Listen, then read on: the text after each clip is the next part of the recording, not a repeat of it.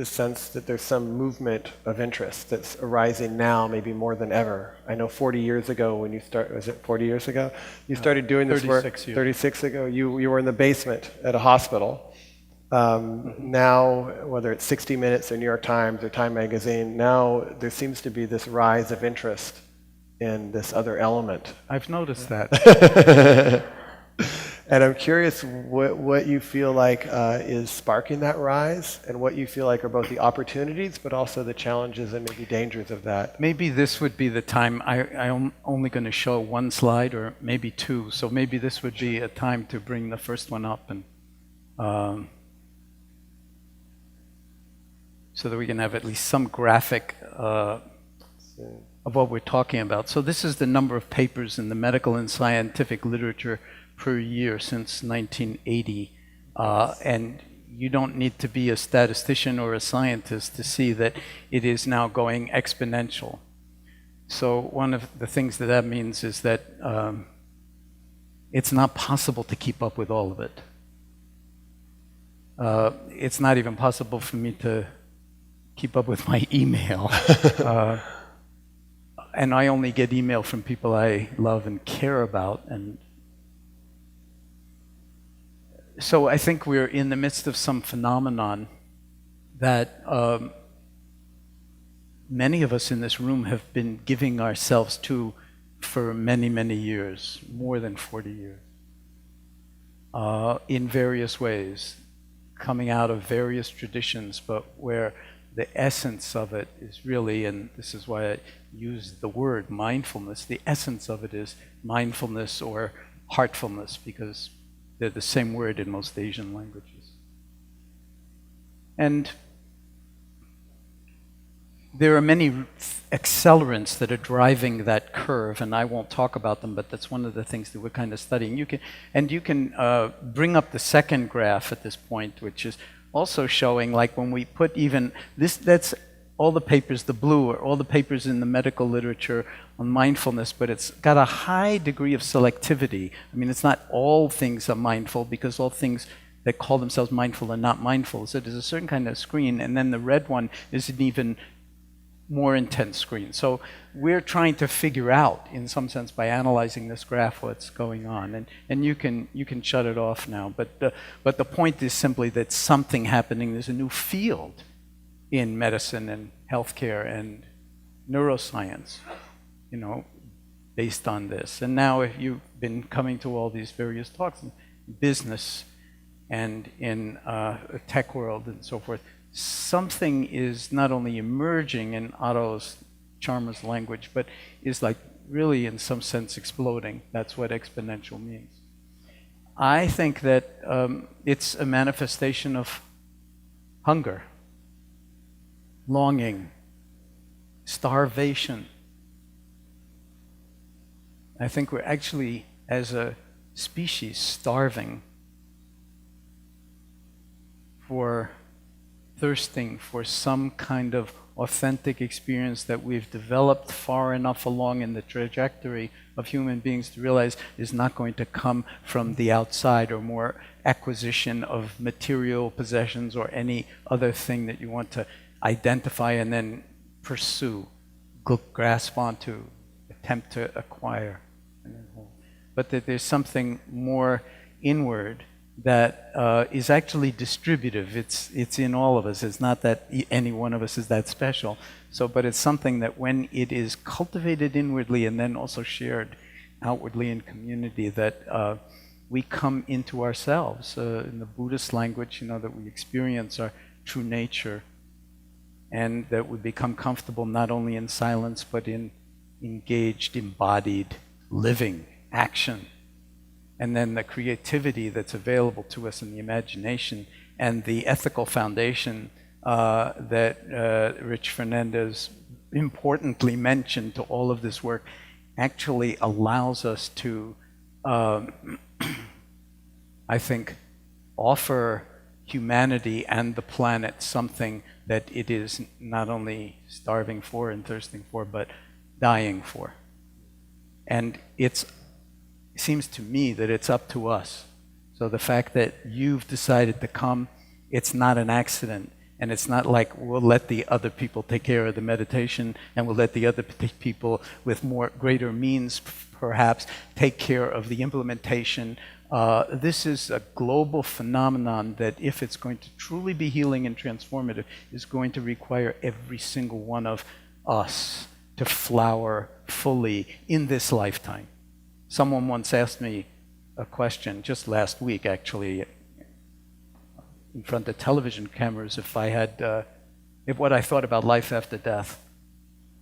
And I said that I didn't really think that much about life after death. What I was most interested in was life before death, and whether there was any life before death.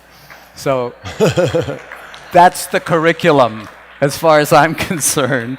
And can we drill down to it in ways that, we saw with the collaboration on the sort of the gaming and the neuroscience, and Jack Kornfield and the fellow from UCSF, and whose name Adam, and all of the things that we've seen, and what Sherry Turkle has been learning by talking to MIT undergraduates who spend their lives doing this, and and are more alone than ever. This is data. This is incredibly important evidence that we are in some sense starving, and that the solution is not a fix. This is the beauty of mindfulness, is it's not about fixing what's broken. It's discovering that nothing is broken. Okay? And that we're not broken. And that when we recognize our wholeness, we actually, in terms of brain science, you've heard a lot about the default mode network, and how when you put somebody in a scanner and tell them to do nothing, then they just burn a lot of ATP in the brain, and the midline cortical structures go crazy, with narrative functioning. The story of me, what could be more interesting than that? And how awful it is for me, or how great it is for me. But that's mostly what we're doing, or just my shopping list, or my to-do list, or my, whatever. Not criticizing that. But I think the challenge here, and what we're doing individually and collectively with mindfulness practice, is we're actually shifting the default mode.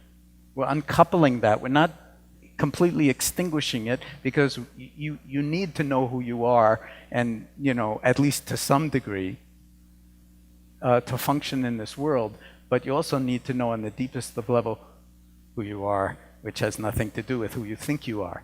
And so all that thinking in the midline structures, when you practice even MBSR for 8 weeks, there are studies that are showing that other regions of the brain light up, lateral structures that have more to do with present moment, non-narrative experience, like just this. And nothing more needs said. It's like the poetry of silence, silent wakefulness.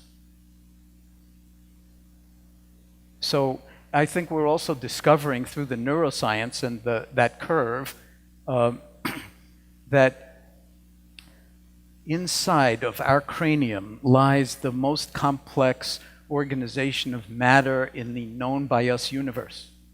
And we know a lot of the universe looking out there, back in time, 13.7 billion years. And there are over 100 billion neurons in the brain. There are also over 100 billion glial cells in the brain. No one knows what they're doing.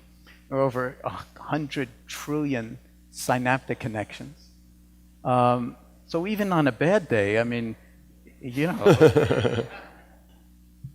if we walk around depressed, it's like we're not recognizing our beauty, what we have been given, and part of which is this breath, this moment. Next breath, not guaranteed. So how can we make maximal use of this?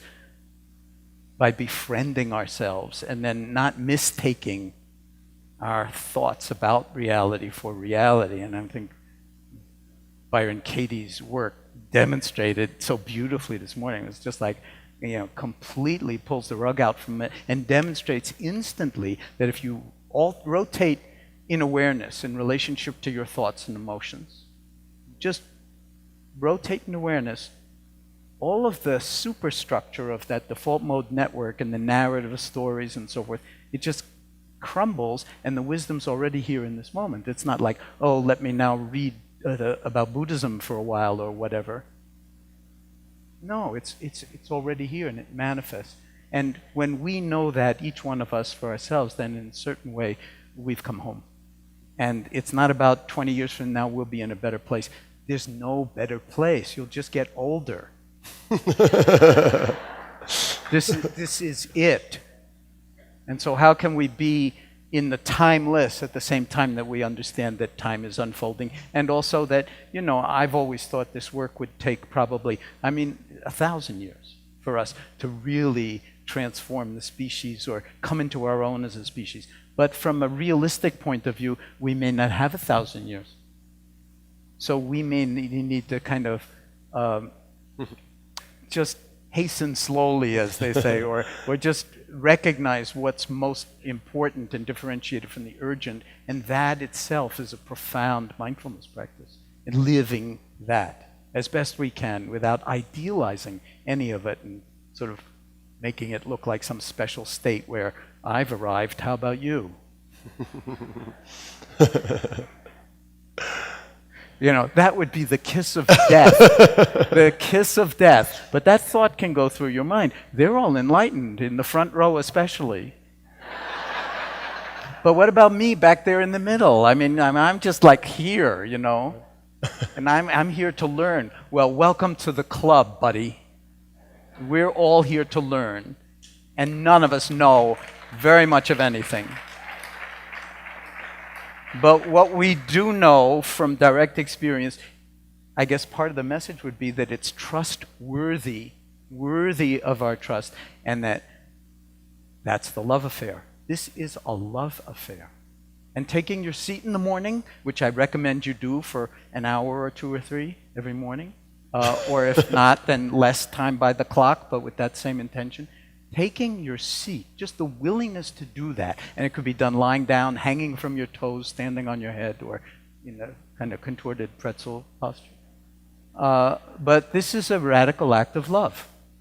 Just to stop, drop. And then, as I said in the guided meditation, that fleeting guided meditation, is there's no separation. So it's like stop, drop, moment by moment by moment throughout the day, the way the Tibetans say, in terms of Dzogchen practice. Recognizing the actuality of things, this brief moment, many times. Like that.